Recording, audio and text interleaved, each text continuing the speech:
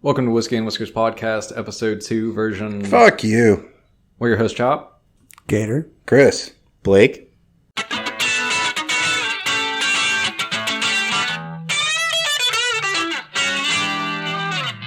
Let's see what's in the box. The box. The magical box. The magical box of wonderful whiskeys. Ooh, that looks good. It is good. It's bottom shelf, isn't it? What is it? I can't see it from 6 feet over here. This You can is open that thing, man. Ben Milam small batch straight rye whiskey. Rye whiskey. It looks good, but it's going to be rye. We'll talk more about it later, but yeah, it's in a gold bottle. It's fancy. Nice. Hang on. Let me pop it. Wow. That was dope. Powerful. Indeed. Even the second one, yeah. Yeah. Consistent. All right, so while I pour them up, we have to talk about the elephant in the room. We're all social distancing, I have right? my pants on. Hold on. We're far apart, but we are all here today. And Chop, is there something different about you? Yeah, I'm doing no makeup during the quarantine. He thought he was going to cut glass today, but here he is. No, so obviously y'all can't hear me, or wait, no. You can hear me, you can't see me. You can't hear me. No, I have a green Mohawk now. That's what I'm doing these days. Oh, it's green. Okay. So what are you doing for the apocalypse? I'm going to cut my hair into a mohawk. Dye green, yeah. It goes well with the It's a kilt, laddie. Yeah, the utility kilt is where I was going to go with it. Yeah, for sure. It's a utility kilt. So, and the Johnny Cash t-shirt is just enough to throw somebody off. I'm not so sure about your tactics.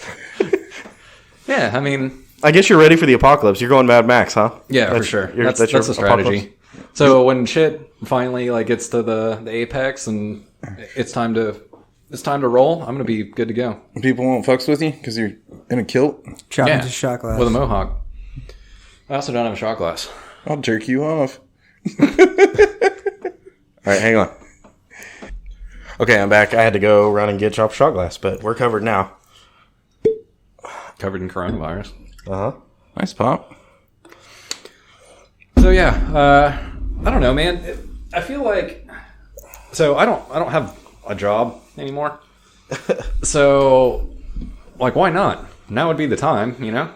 Oh, now's the perfect time to cut your hair into a green mohawk for sure. Dude, in the places that are still hiring, they'll hire you, even with the green mohawk. Yeah. I don't question the mohawk. I'm a little bit skeptical about the color. It makes me think of that, when they're like, hey, why is your hair green? And he goes, and he wipes his hair and he goes, I don't know. It makes me think of that. Yeah. My options were limited. The turns out the hair dye stores are non-essential businesses, so I went with what was available. Green. Yeah. Green. That makes sense. St. Patrick's Day. It reminds me, there's a movie called Spun. Mm-hmm. And it reminds me of Spun because they accidentally turned the dog green. Can we take a picture of you in front of the Whiskey and Whiskers banner and post it to the Instagram? We'll just do a story. Yeah, for sure. We'll do it I'll post it when the episode airs, not today when we're recording. Yeah. Meet Chop. No, do it right now while we're recording. Though he looks like an early 90s punk band member. In actuality, he is. In actuality, he's on a podcast.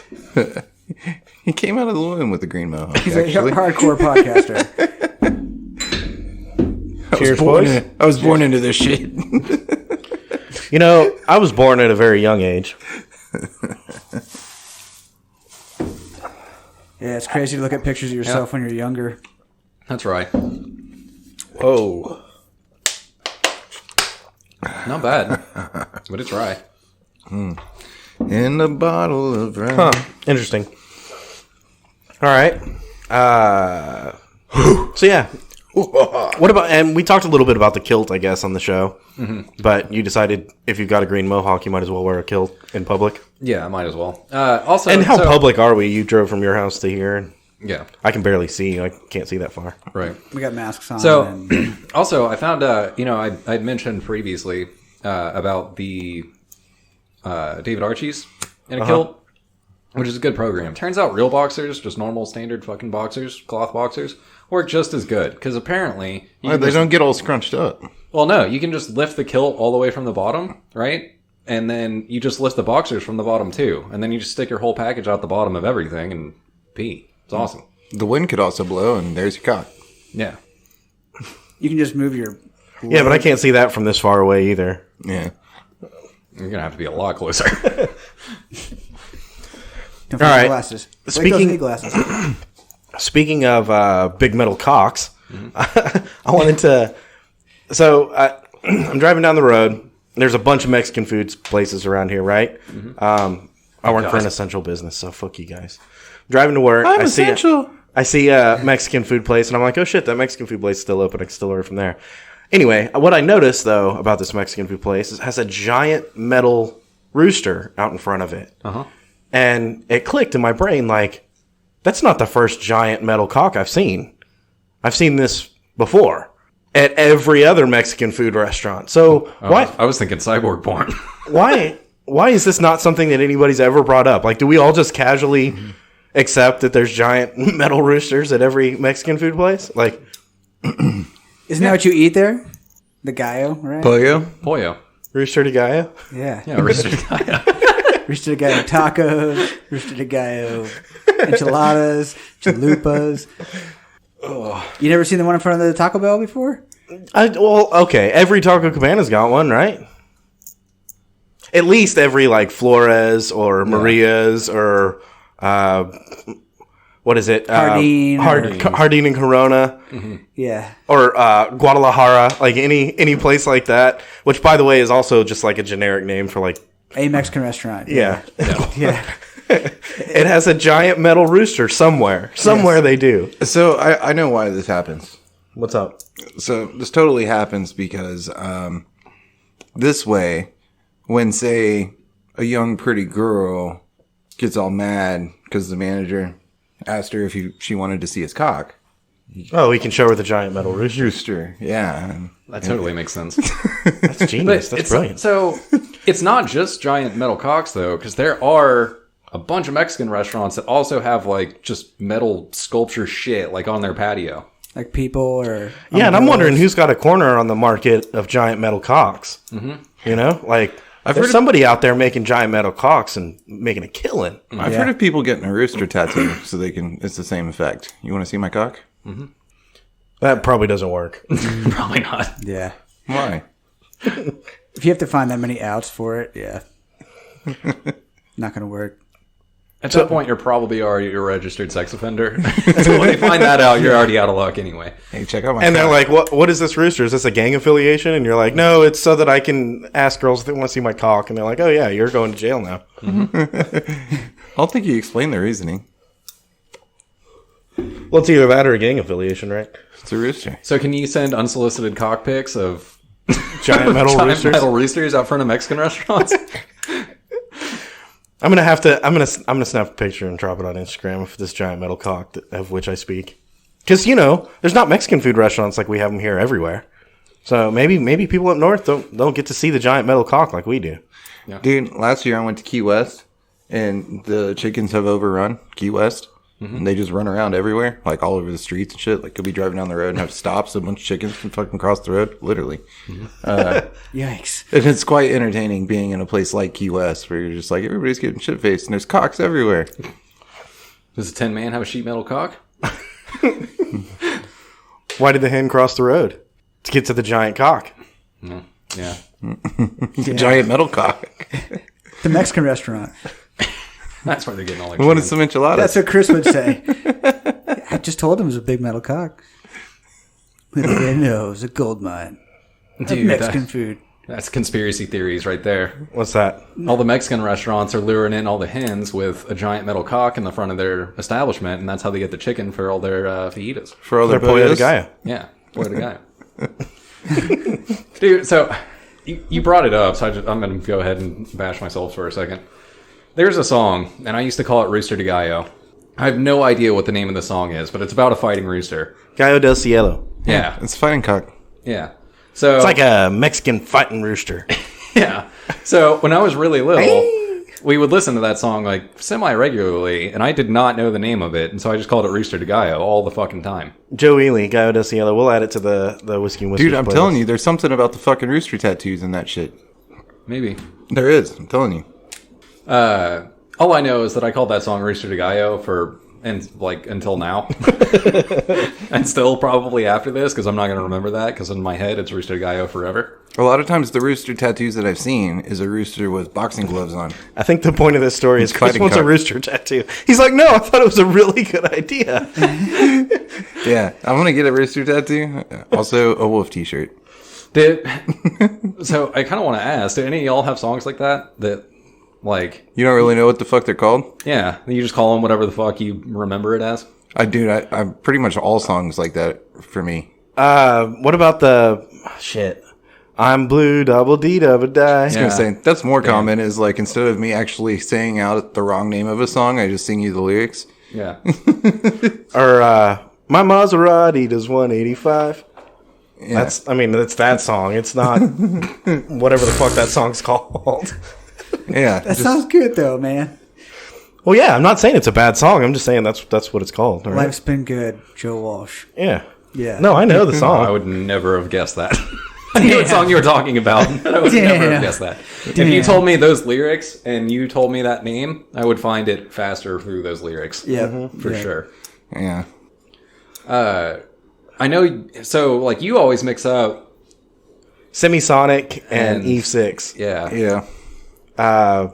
One of them does Closing Time, and one of them Does Blender. Well, it's not called Blender. Frog in a though. blender? Yeah. Yeah, that's one of those things. That's not called Blender. It's Inside Out. Inside Out is the name of the song. There it is. That one. Yeah, I know you mix those up. I'm writing these down. Dude, I'm grateful for artists that write songs that are titled properly, like Hotel California. Like, it's hard to fuck up Hotel California. Because even if you sing the lyrics, it's like, welcome to the Hotel California. Yeah. You know what I mean? Like Devil Went Down to Georgia.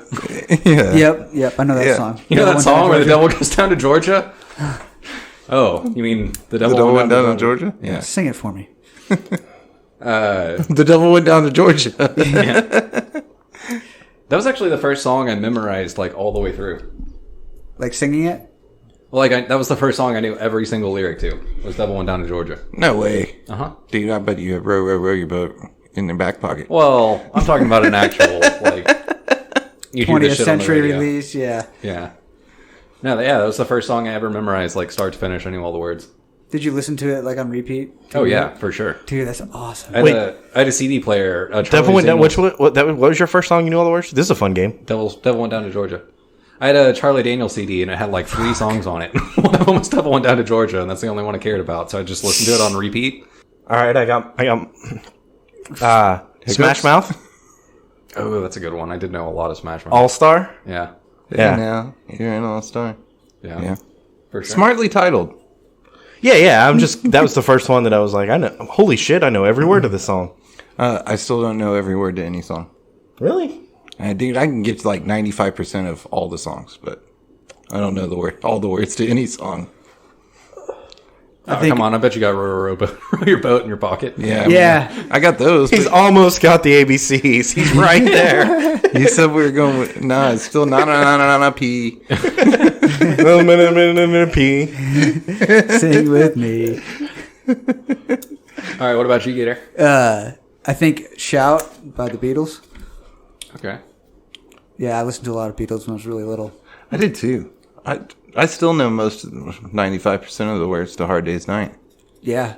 Those like pop songs. Uh-huh. That's, yeah. And I thought it was so cool. I had a Walkman and I was like, yeah. And somebody told me that was girly music. And I was like, damn it. What? I'm not going to lie. One of the first 3 songs I knew every word to was Livin' La Vida Loca.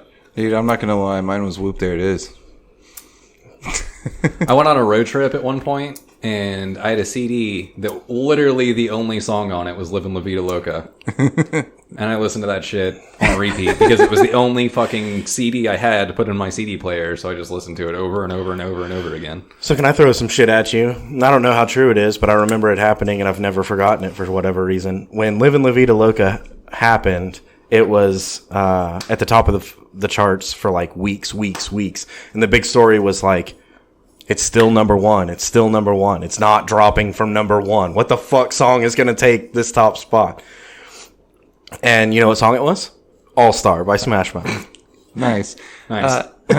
So you memorized the entire song. So when Livin' La Vida Loca came out, my best friend at the time, who I was basically inseparable with during those years, his name was Ricky. And so everywhere we went, didn't matter. I introduced myself as Chris, Ricky, and Martin. Everywhere we went. He was Ricky, I was Martin. Oh, I got you.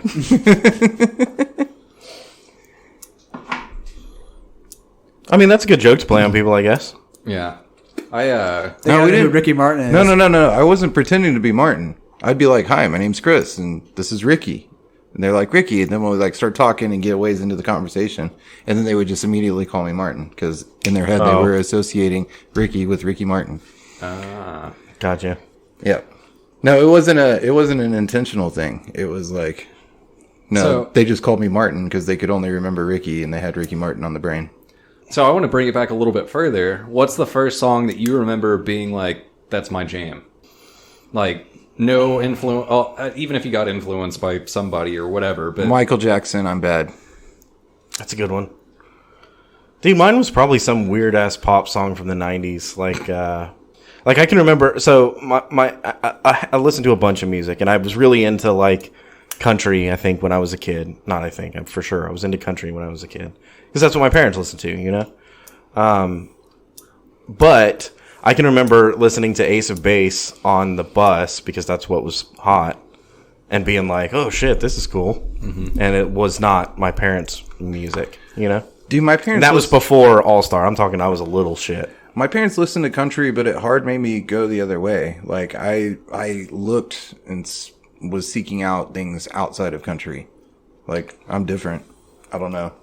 I remember If I Had $1 Million by Bare Naked Ladies. Mm-hmm. That was one of the earlier ones for me. God, I don't remember exactly where that fell into the timeline, but I remember being like, yeah, that's my jam. Most times I don't notice our age difference, but sometimes there's some things you say, and I'm like, oh my God. Like I was in rehab when that song came out.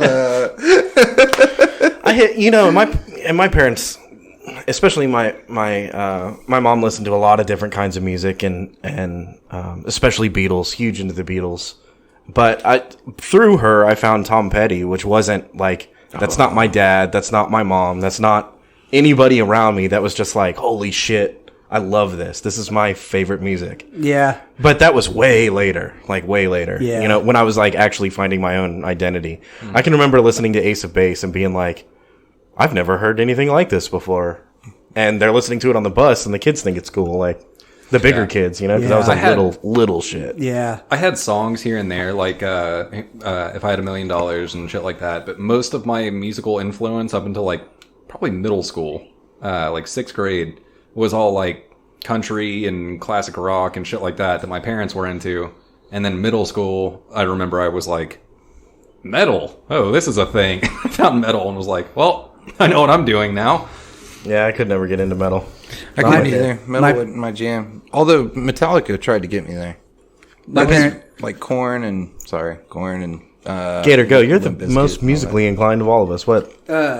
Like my parents had a bunch of records when I was growing up. Like when I was real little, they had old beer cases, like they're wooden. You ever seen them before? Yeah. And they're all like stacked up, and there's full of records, like half the living room. So they'd always play music like Jimi Hendrix or Experience. I heard that when I was like a little kid, and Beatles and Buffalo Springfield and Quicksilver Messenger Service, like all these like 60s, 70s like rock bands. Nothing really popular though. Like Rolling Stones was like popular. But yeah, like that was a lot of the stuff I listened to, and even breaking out of that was kind of tough, I guess, you know? But what was the first one that you found? I know your dad doesn't listen to Pantera, and I know you like Pantera. Oh, so you're talking about Stepping Out? Yeah, at some point you found something that... Oh, so, God, this is so stupid. Queen. Dude, mine was Ace of Base. Come on. No, it's just, it's stupid. Like, my dad didn't like Queen, and he was like, oh, it's terrible music. And my mom was like, oh, it's fucking cool. So I'd, like, have to sneak off and, like, listen to it on, like, a Walkman. Be like, hell yeah, because my dad would be like, don't listen to that shit. Dude, my cousin listened to Queen, and he's listening right now to this show, I promise. He listened to Queen, and he showed it to me at a really young age, and I was like, dude, this is the shit. This is fucking dope. One of the first cassette tapes I owned was Queen. And you could fold out, like, the inside of it. It was the one with, like, We Will Rock You. And is that the one that had the giant robot that's, like, killing people? Eating people and stuff. And you could open it up, and it was huge. And that's the album that I remember listening to as a little kid. You're like, fuck, this is so intense. I also remember as a little kid getting a hold of your CD book. And, you know, there's a lot of shit. You know, I see Hank Williams and George Strait. Like, it's all in there. But then you get to a section that's like the Chronic album and Snoop Dogg and, like, all that shit. And I was like, oh, damn, I'm finding some new stuff. I can remember being, oh, man, I had to have been, I don't know, 8 or 9 maybe. My cousin that was with me was probably, like, 6, 7. And his dad, we were going to the ranch to go hunting and hang out for the weekend, do that thing. And on the way, he let us listen to... it was Kid Rock, the album that had like Cocky and Cowboy and all that shit on it. And then the other one was Eminem. It would have been maybe Curtain Call. I don't know. It was the one with. It wasn't Curtain Call. No, it was the one with like 2 Trailer Park Girls Go Around the Outside and Yeah. So I listened to like both of those, and that was shit I had never heard. Like it not really like. It wasn't really like my parents were trying to not get me to listen to it, but it just wasn't in your like realm. Yeah. And so I remember listening to that, and like the 2 songs that stood out were the 2 Trailer Park Girls Go Around the Outside and then Cocky, which is the one where he's like, it ain't bragging, motherfucker, if you back it up. Yeah. Dude, my dad... It had the middle finger on the CD. I think like the very first line is say what, say how, say who, fuck me, or fuck what, fuck me, fuck you. Something like that. And he's just talking shit. There was a hard line on rap in my house, man. I could not. You weren't allowed? No. C-rap. It's like not allowed, dude. So I remember I got that like P. Diddy album, like when we were in like 5th grade. It came out. I can't remember what it was. It's all about the Benjamins, baby. Something. Yeah, it was that. My dad was like, no, but I got it anyway. So a couple things. One, Vanilla Ice. Ooh, yeah. Boyz II Men. Beastie Boys and Ace of Base, all these things. I was really young. CNC Music Factory, stuff like that, outside of the realm.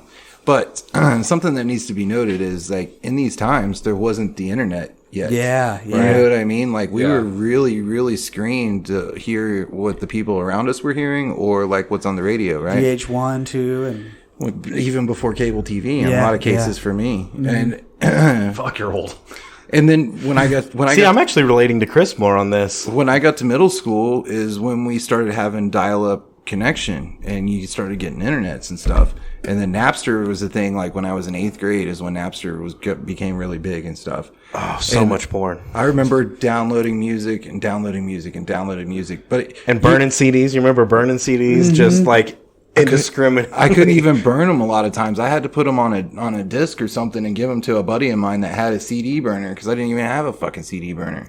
You know what I mean? Like I can remember my mom bought a computer and I was like, "No, Mom, you need to buy this computer because it's it's got the CDR."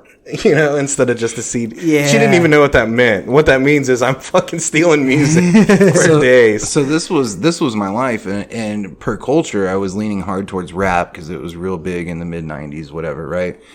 And I remember my uncle came to visit. He lived in Atlanta at the time, and he came to visit for like a week or 2 at some point. And while he was there, he was like, "Here, check this out. I compiled everything that I thought you might like on these fucking CDs." And it was like MP3 CDs. And they had like 150 songs on each disc. Oh my God, I remember that. Yeah. And it was things like Tracy Chapman and Thin Lizzy. And dude, so much good shit that I never would have opened my mind to. And I got into that shit and was like, opened up a whole world of musical opportunity for me. Wow. Napster was probably pretty good for the music industry in reality. Like, obviously not when it was happening, but right thereafter, now all of a sudden, all these people got exposed to music that they had maybe never had a chance to listen to. Well, and now that Napster shut down, they have to figure out, or switch to Morpheus, which is what through an online platform. I mean, we still download... LimeWire, yeah. LimeWire. But we still download music and watch movies in the same way that we did downloading that shit back then. Well, so, now they do what they should have always done. And you pay a subscription rate, right? Like I paid $10 a month, but I can go look up fucking anything and play it. You know? Yeah, I remember for a while I was downloading music on iTunes, and just because I still stuck in that brain, like that mindset of I need to own the music so that way they can't take it from me or whatever. But dude, now it's like I have a Spotify subscription. I can listen to anything. Yep. I don't have to pay $2 a fucking song. Yeah. I pay $10 a month, and or I play even whatever I $1 a want. song is ridiculous. Like my music library is something to the tone of like 50,000 fucking songs. Could you imagine? So I was Most of lucky that enough. off CDs I'm gonna pour too. some shots. By the way, go ahead, Sean. I was lucky enough that like when I hit middle school, so this like evolution that you're talking about, and we're about 10 years apart. So like the evolution for you was Napster came out and you had like CDs and MP3 CDs and shit like that. When I hit middle school, it was like iPods. So people had iPods and you could share music that way. And you know, LimeWire also. But that was like a huge thing for me was I went home and like I could throw a bunch of metal on my iPod and like my parents didn't even know, and honestly they wouldn't have even cared, but just the fact that I was like, yeah, I can listen to this is mine, like this is not their music, it's not what's on the radio, this is what I want to listen to. And That's one I missed earlier is Tupac. Was when I discovered Tupac, I went hard into that and listened to like everything that he ever did. And speaking of my parents, I remember my mom getting a hold of my CD book one time, and I had like every album was explicit advisory on the bottom. She got fucking pissed, took all my shit. Yeah.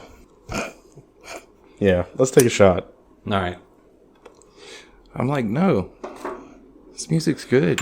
It's kind of a humble brag, but dude, my parents didn't sweat me for music. Like, they just didn't. and honestly mine didn't either.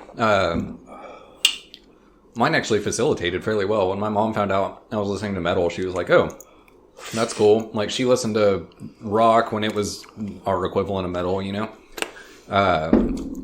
And she even facilitated in some ways. Like I remember she got me in touch with one of my stepdad's employees that was a metalhead and was going to a show of a band that I liked, and like they dropped me off with him so that I could go to this concert with him when I was like 13 or 14, and it was cool. Like they facilitated in a way to just be like, yeah, if that's what you're into, then that's what you're into. Cool. But Oh, dude, first concert. And clearly it didn't have any effect on you, except that you have a green mohawk and you're wearing a kilt. This brings up a good point, though. Maybe they were wrong. Hold on, I'm reassessing this situation. First concert, go. dude, mine's way different than what you're gonna expect. I'm not gonna lie. My first. Wait. There's two first concerts. There's the first concert you ever went to, and then there's the first concert you ever went to without The your first parents. concert that you went to on purpose. Like without your parents? Doesn't even have to be without your parents. It has I to be chose? that you chose and facilitated that you went to the concert. Okay, I'm gonna give you both because the first one that I ever went to was Journey, and that was fucking awesome. I didn't know that was gonna be awesome, and I appreciate it so much more now than I did like right then. But yeah, my Yeah, first that's concert cool. was Journey at the Backyard, which was dope. Dude, so I saw Crosby, Stills, and Nash, my first concert at the Backyard. Nice. It was badass. Wow, backyard. The first concert that I ever chose to go to, that I was like, I want tickets to this. It was Three Doors Down, Shine Down, and Alter Bridge. Which, for those of you that don't know, Alter Bridge is Creed with a different lead singer and not Christian. So I went to a bunch of concerts when I was growing up because I would get dragged to things like Aquafest, which used to be a thing. And there was always concerts there, but I didn't really know what was going on. First concert that I chose and was like, I want to go to this show. And I got dropped off there with my girlfriend too. They waited like at the bar next door or something. Was Sugar Ray and Everlast at La Zona Rosa. Oh, that's dope. That is dope. Oh, yeah. Yeah, that's a good one. I don't know. I'm stoked about mine, like, because I saw Journey, and I saw Journey, which was fucking sick, and I'm like love that was my first concert. And then whenever I saw Three Doors Down, that was like kind of in their peak still. Like that was when I love Three Doors Down. yeah, like Kryptonite was still really big, and you know they had some good shit going on. They had just released a new album at that point, I think, and then Shinedown was nobody. The only reason they were on the radar was because, like, literally that month they had dropped their cover. The cover of Simple Man. Yeah. And what was cool about that is when I saw him then, I knew the song 45 that they had done, and then they dropped a couple of Simple Man. He played both, but I could have set his breath on fire from where I was in the crowd, which was like 3 rows back. Whoa.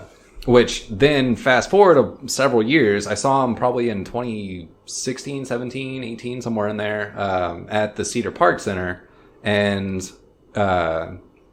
he like completely got sober and flipped his shit around, and he was really, really fucking good. He was completely like, he was a greasy, long-haired, fucked up alcoholic dude the first time I saw him, and nobody on the radar, and then he got super, super famous, super clean, and like got his shit together. And became a performer. So it was really cool to see that. But then Alter Bridge actually fucking killed it. If y'all have never listened to any of their music, I don't think they exist anymore, but they had an album that came out then, and I ended up buying their album instead of any other merch because they fucking played an incredible show. Dude, I'm sorry. I hear Creed, and I'm like, no. So, Dude. Gator, though, Crosby, Stills, Nash, what was the first you chose at concert? Megadeth. Nice. Yeah. Yeah. I went to San Antonio for that one. That was cool. Nice. Megadeth. Who else was there? Down with the Sickness. Disturbed was there. Oh, Disturbed. God, I hate Disturbed. Really? Yeah, I hate Disturbed. Yeah. They fall into that same vein as Metallica of like, we're not metal, we're not hard rock, but we think we're harder than fucking anybody. That's why I like them. It's that. Limp Bizkit. Yeah. They're kind of hard like that. Yeah, but Limp Bizkit, I almost forgive because they try and like write that like we're punk metal line Rap. and rap, but Yeah. Metallica and Disturbed think that they're like harder than anybody on the fucking planet, and they're like the weakest metal bands that have ever existed. Arguably, not even metal. So, Ooh, maybe this is a hot take. A hot take, yeah. Of course, Limp Bizkit did. Motorhead's better than Metallica. yeah, I'll say so. I won't argue. I don't Yeah, like fuck Metallica you, that much. Rob. Fuck you, Rob. I disagree, but I don't know enough about it to have a leg to stand on. So, I don't know. Metallica's cool. I can't judge. But fuck you, Rob. Motorhead's better. but fuck you, Rob. All right, so Wait, Blake. what? Oh, I went to Brooks and Dunn when I was a little kid, and I thought that was super dope. And I wore the flaming T-shirt or the flaming. I have a picture of you in that shirt. Yeah. Nice. I was sitting here listening to you guys, and I was trying to remember the first concert I went to, and I don't remember. I was seriously, my mom and dad were so into music that, like, I mean, I was going to cool concerts way before I started picking them, and then I was going to cool concerts, like, simultaneously with them, and then I was going to cool concerts by myself. It was kind of just a, you know, like, I remember seeing Joe Bonamassa at a pretty young age, Jack Johnson flogging Molly, like, there was a bunch of cool bands that I saw when I was pretty small. But you don't remember the first one that you were like, you heard about a band coming and you're like, that one, I have to figure out how to get to that show. And then you made it happen and went. I really don't. We might have to cut this, so this is the check mark right here. Who did we go see that was smoking crack behind Zilker Rock? Oh, Bonnie Raitt. Oh, yeah? It was Bonnie Raitt. Yeah. Yeah. She wasn't smoking crack. She was smoking weed. What? Yeah. That's not the way I remember it. Yeah, because you were a little kid and it was drugs and it was bad. I saw Bush not that long ago, and Gavin shot up heroin and nodded off on fucking stage, bro. He's still doing it like that. Eh, Yeah, he's a rock star. yeah. Yeah, he got up and fucking killed the rest of the performance. So All right, so one more thing before we get off this topic, and we'll just do a speed round. Concerts that you regret missing. So, ooh, I got mine right out of the hat. yeah, I think for me, there was a lot. like right before I went to rehab, there was a concert, or there was a festival, Fun Fest, and the headliners were NoFX and Wu-Tang Clan. I fucking missed it. Yeah, I'm super butthurt about that one.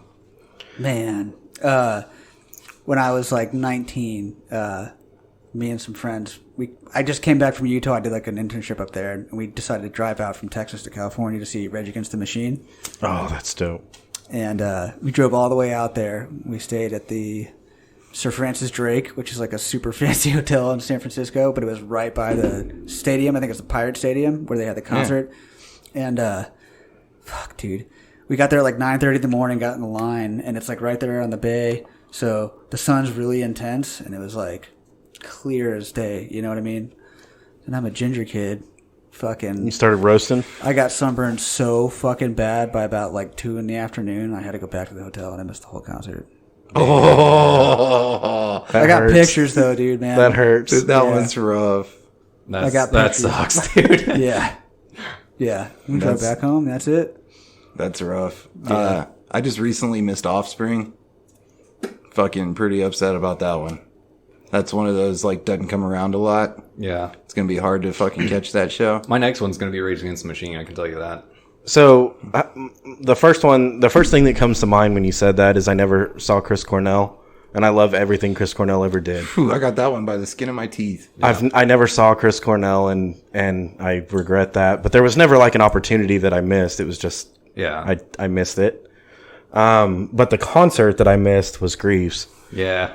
You guys fucked up on that one. You guys went to Greaves without me. And Fucked up on On that my one. birthday, by the way, Dick. I had no idea what I was getting into, but goddamn, I'm glad I went. That was a fucking good time and a good show, and I listen to Greaves a lot now. and I regret it less for the music. I do like Greaves a lot, but I miss the experience. Yeah. It was cool. It was really cool. Now, when we listen to the music and I hear the songs, I like flash back to the experience too. Mm-hmm. Well, God damn. Yeah. Yeah, that part. And he put on. He's a performer. He is. It's funny that those little things are the things that stand out during a live performance. Because I have that one with Greaves. God damn it, that one. And then with Kid Cudi, when me and you went and saw Kid Cudi. Oh yeah. That time. That was a good one. Yeah. I'm gonna do just what I want. Like, screaming out, fuck that. Yeah. Yeah, that part. All right. So we've been talking about music for a while now. So we'll roll out of it. Do we want to take a shot? Yeah, not we're gonna yet. talk about the whiskey. No, we got to give it like 5 more minutes. All right. Well, let's talk about being cooped up in this. What is it? Coronavirus? Is that what it is? Oh, that thing. Dude, it's really gonna test your patience with your quarantine partner. That's what I know for sure. Dude, you know what? There's a few topics to cover here. The number one is, goddamn, I cannot stop eating. Like, just fucking eating bullshit, like, all the time. I was on a pretty hard, like, I'm working out all the... Yeah, I even talked about it on the show. I was working out. I lost 20 pounds by the end of February, I think. Mm-hmm. Dude, I'm 10 pounds back up now. I'm losing ground. Dude, I've gone so hard the opposite direction of you.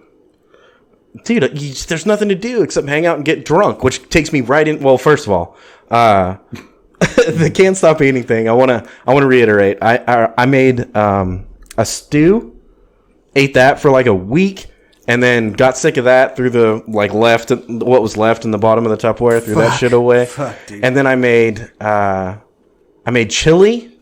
And I've been eating that, fucking finally throwing that shit away. Like, I'm done. I'm done eating that shit. And today I smoked a pork butt. So I'm going to eat that for the next week and then be sick of that. And So I don't play those games. We're business as usual with breakfast, lunch, dinner. And you get a different meal every day for each. However, here's the deal though, is before I get up and I get dressed and I leave the house and I go to work. And on the way to work is all these places to stop for breakfast. So I always stop for breakfast. Dude, I haven't eaten breakfast in a week. that's weird for you. I know. It's super weird for me. Not been eating breakfast at all. Dude, I would venture to say that I'm eating a lot less now than I do in normal times. Dude, if I'm hanging out at the house, I'm just eating. So I'm pretty good on like dinner. We're having different dinner every night, but my breakfast and lunch is a fucking cold cut sandwich every fucking day.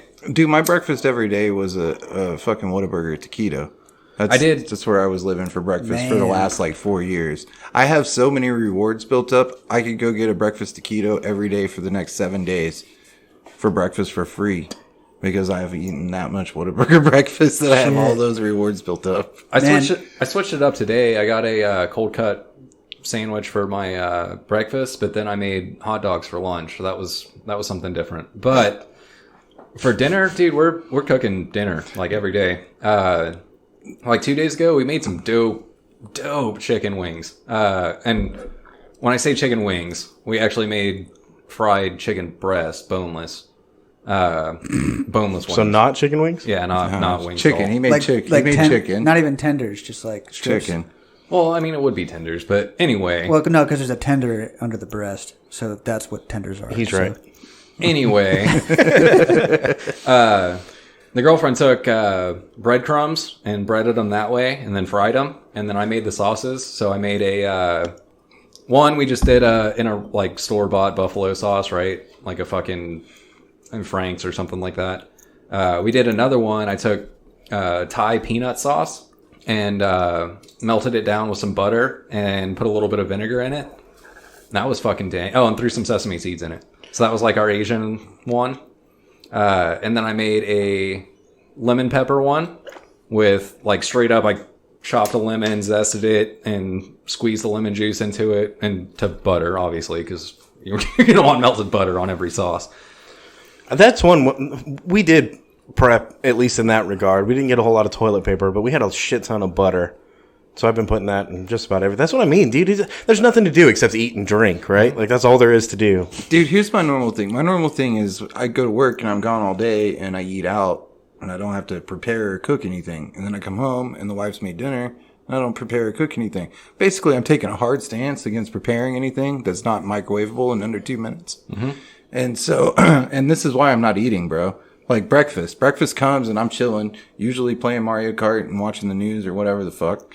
And it's like, I'm pretty hungry. I would really like breakfast. You know, like, do I want breakfast enough to get my ass up and go make fucking breakfast? Hell nah. Do I want cold cereal? Hell nah. I'll drink another cup of coffee, continue playing Mario Kart and doing whatever the fuck I'm doing this morning. I don't have breakfast. My issue is that I'll wake up and be like, hell yeah, I'm actually going to cook breakfast. I'm going to make some egg bread. And then I'll go in and like grab a thing of eggs and a loaf of bread and then go over and the frying pan's dirty. And I'm like, nope, fuck this. Put everything away. Put everything away and then I'll fucking walk out of the kitchen and make a sandwich. Same type of situation, dude. Just like, fuck this. Dude, so I'm a motivated person. I try to, like, I'm always doing something. I have to be doing something or I go fucking crazy. And so, like, if I'm working, it's real easy for me to get caught up in work and just like And just not eat. you know? Mm-hmm. But if I'm sitting around, I'm like, well, I can't do a thing, so I'm going to go make a thing. For instance, today, I worked all day today remotely and also smoked a pork butt. See, hell yeah. I'll easily sacrifice eating for effort. What I think you were getting at, though, is that there's a relay going on right now, and it's coffee and caffeine passing the baton to alcohol. You got 2 stages of the day. Right, and so that's where I was going. So the only 2 things there is to do right now, you can eat and you can drink. Yeah. So what I want to get into is, how much have you guys been drinking? Well, honestly, I don't know. I would say that it's up the ante a bit, but I've been making an effort to be like, no, I'm going to do some shit during the day, and then like at night, Get drunk. I'll get drunk. But There's got to be a cutoff, man. Like, but no, like I've actually been making an effort. Like I actually started working out, which is not characteristic of me at all. I don't do long-term goals very well. So like short-term, yeah, I'll work out like 2-3 days. But I've actually kept up working out for like a couple weeks now. And then outside of that, like I try and get a little bit of work done during the day. Like today was checking up on where my last invoice was and filing for unemployment because I can do that now. Shit like that. So I've been making an effort to make my days productive. But at night we've been making Jello shots. See, I was going to go, there's an opportunity and honestly, the vibe that I'm getting, and it kind of resonates with me, is there's an opportunity right now to be getting day drunk, right? Oh, for sure. And honestly, I haven't been. If I get the opportunity to get drunk, then I will. But honestly, I would expect out of myself to be getting drunk every day, and it's not happening. Yeah, I mean, it's hard, man. It's, at least for me, I can't. It's just, I got to work. You know what I mean? I can't be getting drunk or else I won't get shit done. Oh no, you just get drunk and then conference call. Drunk conference calling is a fun time. You don't have to wear pants. Shit. Let's talk about conference calls. Come on, that's a big deal. Yeah. Man. I haven't had to do a bunch of conference calls, like, at least work-wise. Dude, you get 15 people that are used to sitting in a conference room together, and now all of a sudden we're all on a computer. And look, I've at this point, I've got a lot of practice, you know? Yeah. Like, this is something that I can do.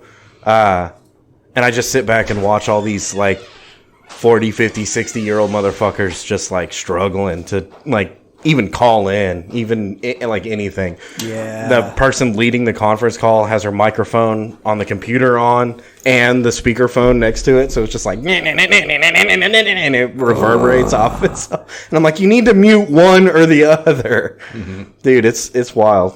Discover Zoom.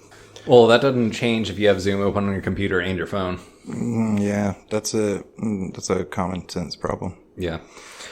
So honestly, for me, like, it hadn't changed a whole lot in my, habitual patterns, I guess. Well, you've had a life as such that when you're gone, and when you're home. Right. So and when so I've you're kind of had to home, adapt to, like, when I'm home, I have to make myself do certain things. That way I don't just, like, sink into this fucking hole. And then, also still be able to have fun while I'm home, because when I'm on the road, I don't do a whole lot typically. Like, 1 or 2 nights maybe while I'm out. But I'll be gone for 10 days and have 1 or 2 nights where it's like, okay, I can go out tonight because I don't have anything to do tomorrow. So it has been a little bit of an easier adjustment for me, because I am used to that, like, all right, I'm home for fucking 3 weeks right now and I don't work when I'm home, But that said, like, I've been trying to be proactive during the day and be like, yeah, I'm gonna do some shit today.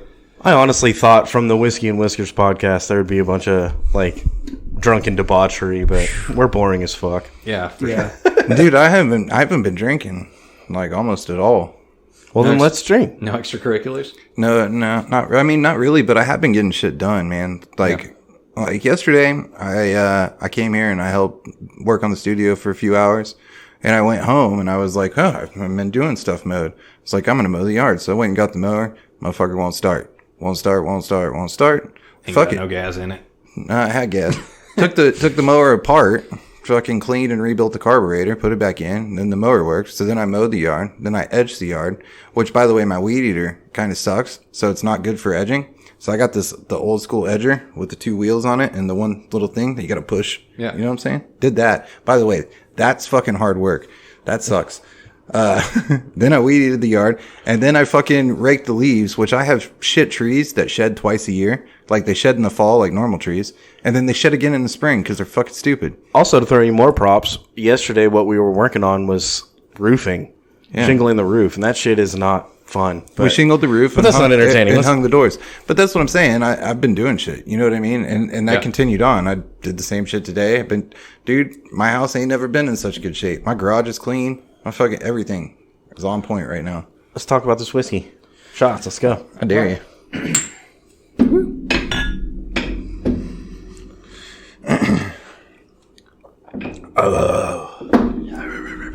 All right.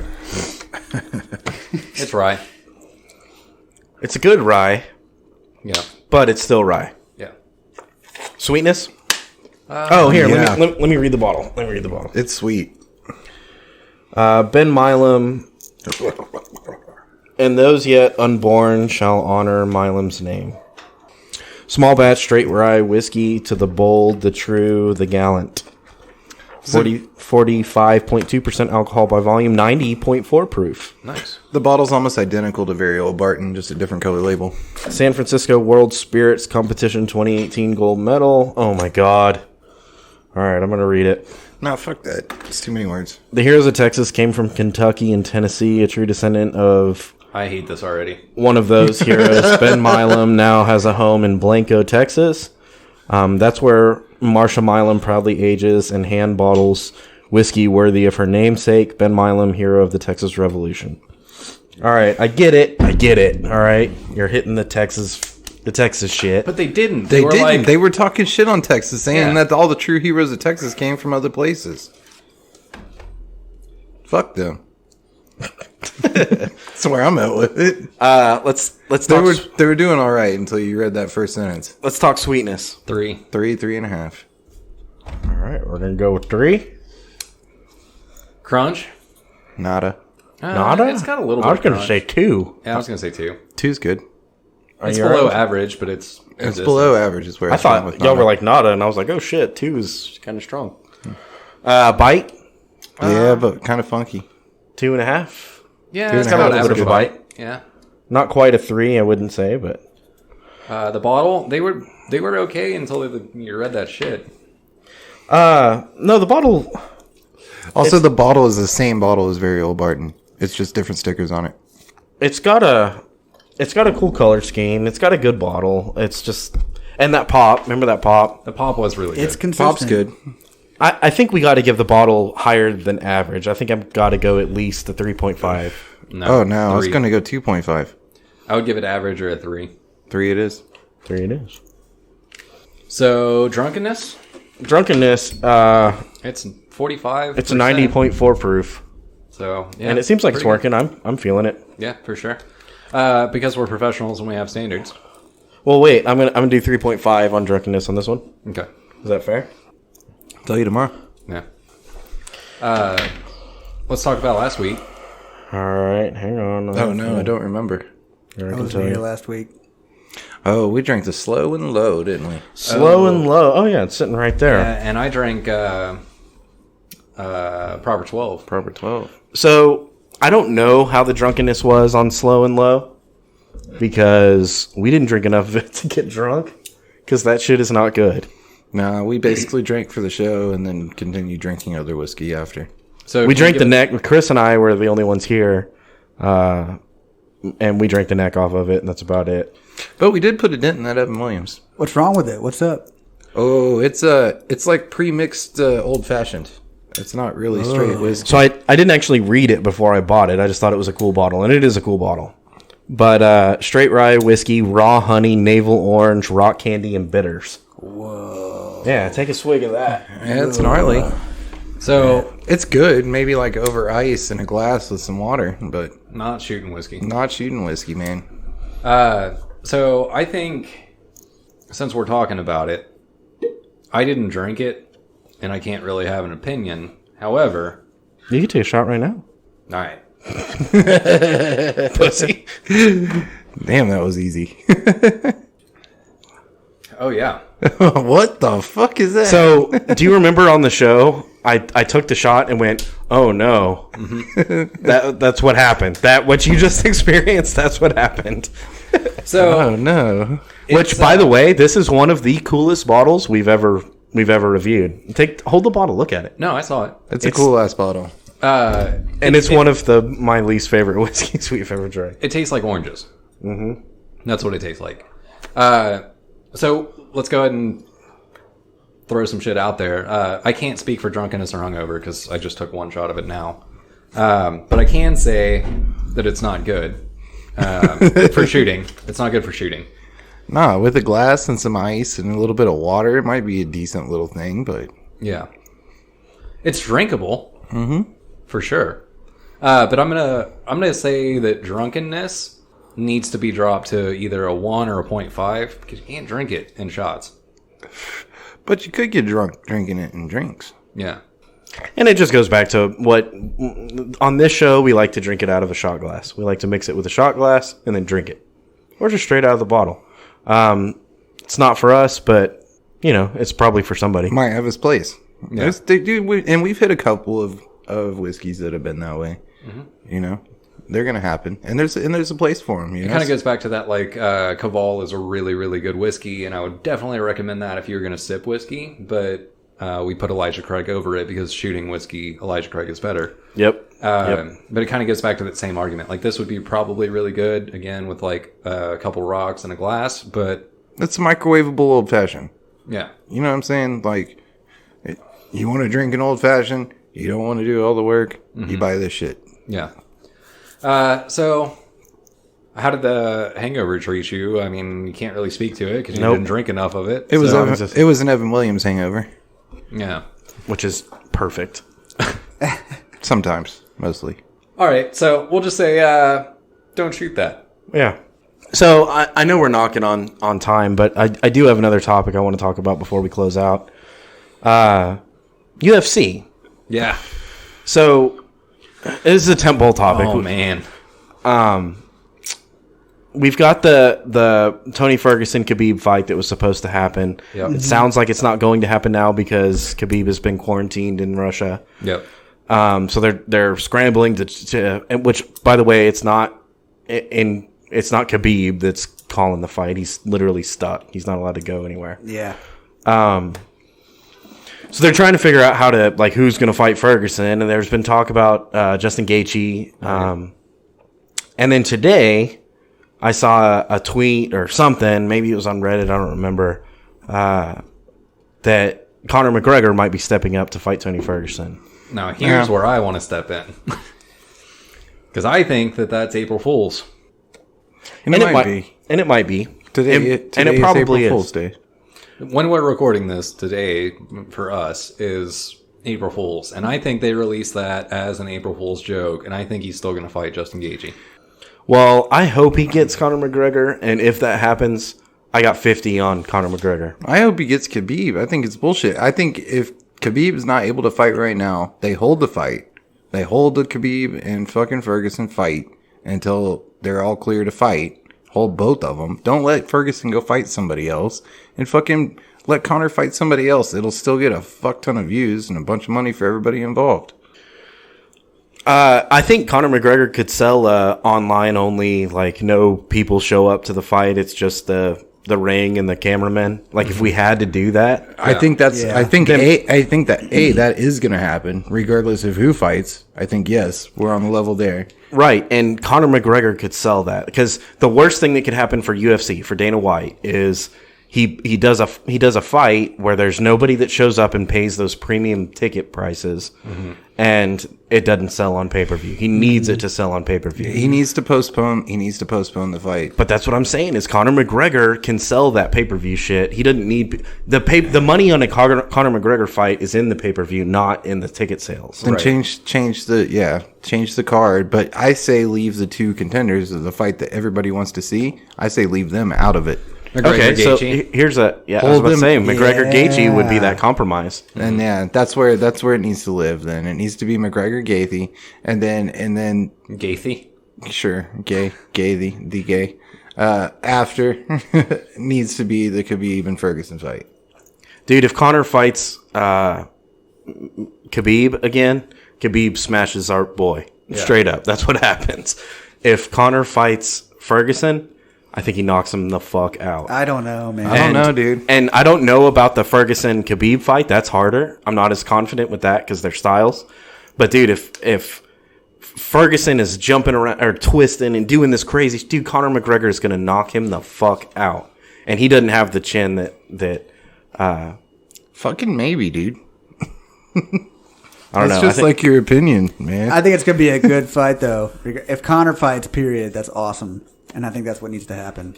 I think Conor don't think needs he to needs fight Gaethje. This is what I think needs to happen. Yeah. And I think they need to hold out and let. Dude, Yeah. we've been waiting for the Khabib Ferguson fight for what, like 3 years? It's been postponed or put off 4 times so far? Yeah. Yeah. Like, come on. Now that fight needs to happen, and Dana White is quoted as saying this fight is going to happen no matter what, even if it's just the two of them and some cameras. And I think he needs to stick to that. If he needs to backfill 240, what are we at? 246? I think we're at 246. If he has to backfill UFC 246, change the fighters, fucking do that shit. Do that shit. But don't use any of the fighters of the fight that everybody's waiting for. Yeah. Yeah. Just hold that one off. Don't touch it. Don't touch it. Let it ride. And then in 4 weeks, you have a surprise pay-per-view event, and it's going to fucking be record-breaking. Mm-hmm. Earth-shattering pay-per-view numbers because nobody's going to be at the actual fight. Dude, Conor McGregor can sell a pay-per-view. That's my biggest thing. And maybe that's the biggest argument for the McGregor-Gaethje fight is he can still make money on it even if he's not getting his ticket sales. You know what's going to be fun is listening to the announcers having to step their game up because they're not going to be able to play off the crowd. Yeah. Yeah, I don't think Joe Rogan's going to have a problem with it. I don't think Cormier is going to have a problem with it as much as I think he's a chump. That's right, Cormier. I'm calling you out. I got you. I never heard Cormier say he wants to fight Blake. Yeah, that's right. Yeah, it'd be a good fight. No, I think Cormier's got it. I think he can announce. I think Joe Rogan's got it. They're going to be fine. The other big thing in the news is John Jones got a DUI. Did y'all hear about that? The king is back. DWI. He's back, bro. Yeah. You don't want to fuck with him right now. He's got the crazy eyes. Dude, all right. So What better time than now? I want to. I don't. I saw this initially pop up on Reddit, right? And some of the comments on that post were so fucking good. So the top one that I saw was "The king is back, baby." Then the next one was, "As is tradition." At least something in 2020 is normal. And Favorite. then this one seems out of this seems out of character for him. I'm absolutely shocked. I've been sitting here for several picoseconds with my jaw on the floor. That's awesome. Yeah, dude. And I mean, Did he give the glory to God? all jokes aside, John Jones is probably the best in the game, but You He think is his a fuck up. You think as they were shoving his head into the police car, he was like, "All glory be to God, bro." Oh man, he's just got a bad image, dude. why will he not just play the heel? Play the heel. You're the bad guy. I know, dude. That's You're what the I'm saying. fucking bad guy. Be Yeah. the bad guy. Cut your hair into a green mohawk. Yeah. That's why I Wear a hated. kilt. That's why I hated this comeback so much. Is I knew it was full of shit, and now I am fucking Vindicated. yeah. That's the word I was looking for. Good job, dude. Yeah, I'm excited to see John Jones fight again. He's gonna dominate. Yeah. He just is. Dude, gonna and get what that- better time to be suspended than the time that the whole world's suspended? Shut Yeah. down. He's only on lockdown for like 3 days or something. House arrest for 4 days. It's something ridiculous. Oh, Yeah, man, I was but- hoping he'd get prison ripped again. It's not as we know from other UFC fighters that get in trouble. It's usually not the legal repercussions.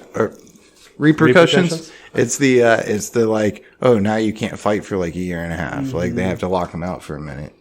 That's the shit. Like I Don't hope lock Jones him out. is- Just pimp him as the bad guy. Let's paint his face. He needs to be like Sting or the Undertaker. Like, Can we have a new fight for the BMF belt? Is all I want to know. John Jones is like the way he's going to go down in history is that every 1.5 years he's going to come out of being on restriction or whatever. He's going to beat the fuck out of somebody. He's going to get arrested. He's going to go back on restriction, and he's going to do that for like 20 fucking years. Fuck, dude. Dude, can you imagine a Diaz Jones fight? oh, Diaz get his fucking shit pushed in. That wouldn't even be funny, man. Adesanya, maybe. I don't know. I don't know who's Wait, left. who was the douchebag that won the BMF belt?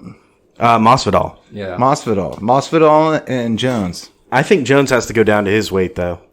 Yeah, I agree with that. Okay. Jones goes down to his weight, fights Masvidal. Masvidal needs some heels too, man. Dude, and Jones is gonna beat the fuck out of him. Especially if he's on cocaine and hookers. Yeah. Jones can't help but win in anything except for expeditions that involve the police.